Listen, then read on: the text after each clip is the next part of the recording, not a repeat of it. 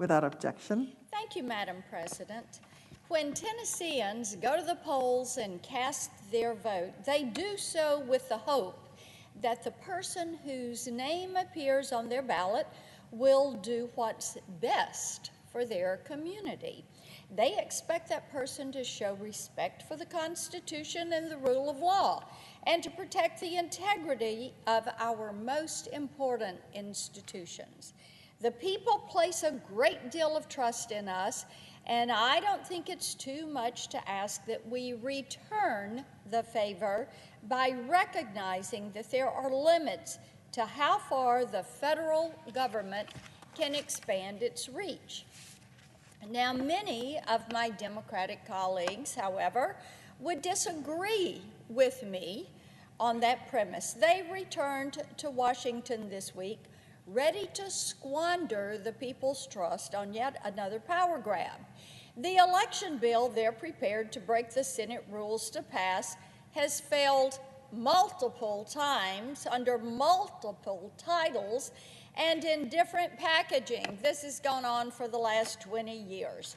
But this latest round has one thing in common with all the other drafts that found their rightful place in the trash can.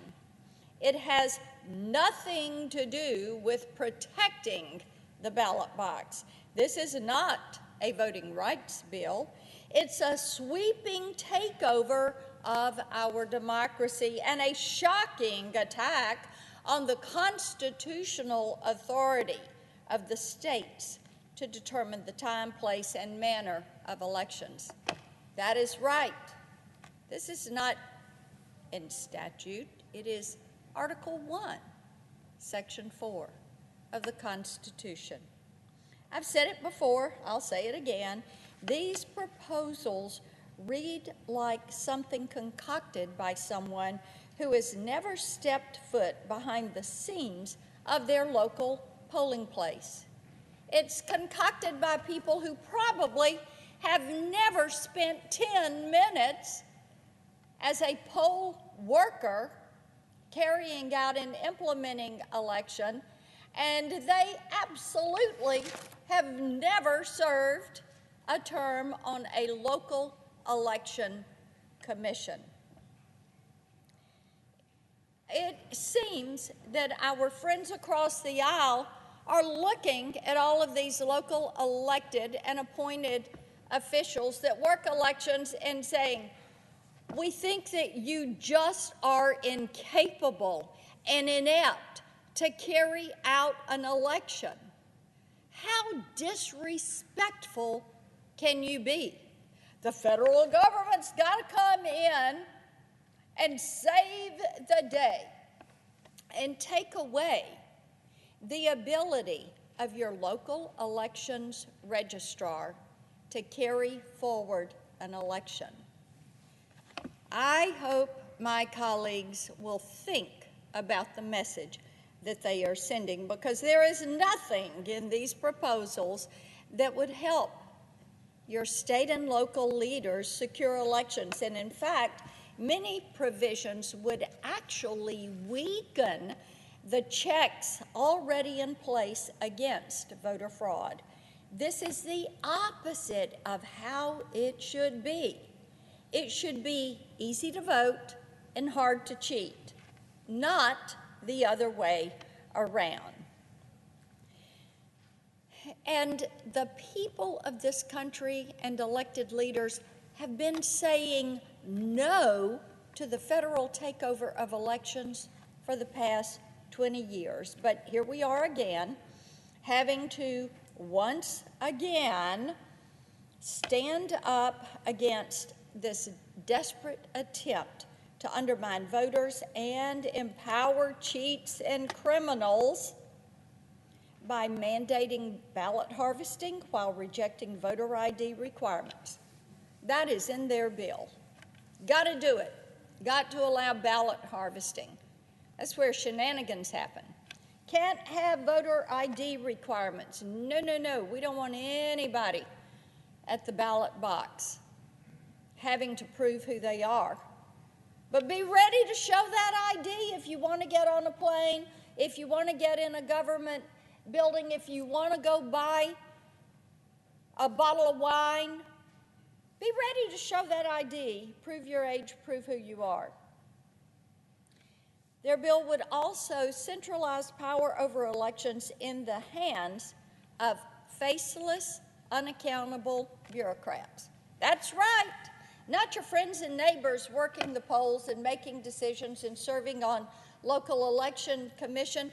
You'll never know the people that say, hey, you're too stupid to figure out how to run these elections, because the Democrats are going to take all the power and authority away from your local friends and neighbors and send it to bureaucrats here in D.C.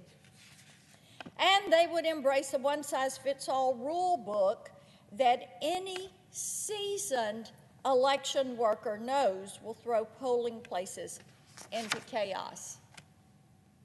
In my home county in Tennessee, we have people that have worked these polls for years. They're dedicated. They are good people. I don't know their political party. I just know that they show up to make certain that our elections are free and fair, and I appreciate them. Since the first iteration of this bill reared its head, the American people have seen it for what it is: an activist-driven, power-hungry solution in search of problems that do not exist. That's right. The problems don't exist. The Democrats want you to believe that America as we know it will end if they don't pass this bill. They are acting like elections are in crisis. But you know what, Madam President? I think maybe it's the Democrat Party that's in crisis.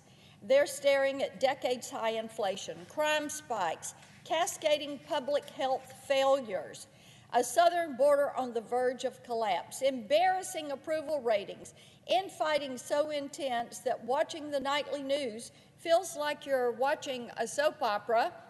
They can't get their arms around COVID, can't figure it out. I just heard coming over here, the CDC is now going to mandate that insurance companies have to supply home testing kits for all of their enrollees. I mean, yeah, I think it's a party in crisis. And you know what? The Democrats right now, they are desperate for a distraction. Oh, just give them something to change the narrative. And the benefit of this one, if they could pull this off, they won't have to worry about the American people holding them accountable for the fallout, because they now will control the ballot process, they will control the election commissions, and you know what they're saying to the American public? Your vote doesn't count. We have treasured one person, one vote. We have treasured fair, free, honest elections, and the Democrats are ready to throw it away for a power grab that is unprecedented and is incredibly disrespectful of the men and women in each of our counties that give of their time and work to hold these elections. This is more than just another example of partisan holding the Senate hostage, and it is partisanship. It is, we have to do this, take away power from the people. Oh, isn't it supposed to be a government of the people, by the people, and for the people? But I think my colleagues across the aisle have forgotten that. They think it is government for the powerful, government that is in control of one party and one party's agenda. That's what they're thinking. This attack on the integrity of our elections is a complete betrayal of the trust that the people have given elected officials, because we have colleagues across the aisle who are basically looking at their constituents in their various states and saying, your opinion does not count. Think about that. You're not good enough. You're not smart enough. You can't handle it. So, hey, federal government, we're going to come save you from yourselves. That is what they think. It is their constitutional prerogative to determine the time, place, and manner of their own elections. That is what is given to the state legislatures. It is their prerogative.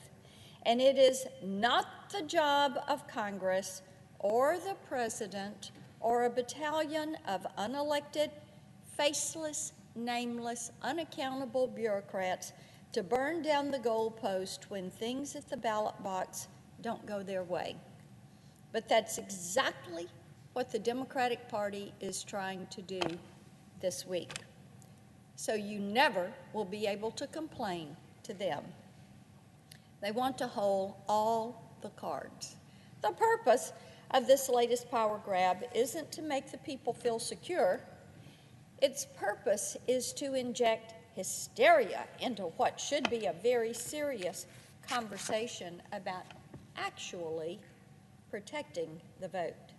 Everything the people hear from the Democrats this week will have been scripted to minimize truth and maximize chaos. Remember, they want you to believe elections, they're in crisis. We have to fix it.